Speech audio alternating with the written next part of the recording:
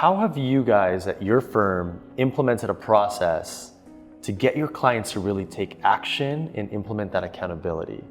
And Cindy, I'll kick it off with you. Yeah, that's a good question. Since we've been working with Trust and Will, for our new clients, it's the first thing we actually start doing when we go through the financial planning process. So aside from collecting all those assets, doing those rollovers, retirement planning, funding 529 plans, the very first thing we do with them is create an estate plan. And that's so we can get a holistic approach of their financial situation and the key players in their lives. So who are their beneficiaries?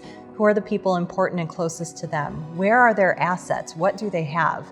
It kind of gives us a list of items that we can now say, all right, this is how we take care of those assets and how we transfer that wealth down the line. I love that. And I know, Sam, you've talked about also leading with estate planning, which many advisors, when we share that, they're like, I usually do that at the very end.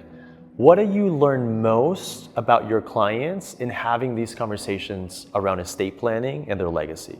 Yeah, we take a modular approach to financial planning where our first meeting is usually centered around like cash flow and financial goals.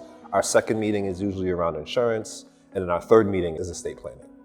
And having that process really allows us to get to know what's at our client's heart's core from the very beginning of our relationship. This is, again, the third meeting we have, and sometimes it's the first meeting, depending on where our client is prioritizing.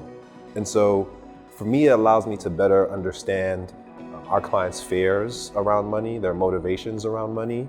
It allows me to let them know that yeah, like managing your investments are important, but that's not what we're here for. We're not just here to collect AUM, right? We're here to really guide you through life and help you to accomplish the things that brings you true fulfillment.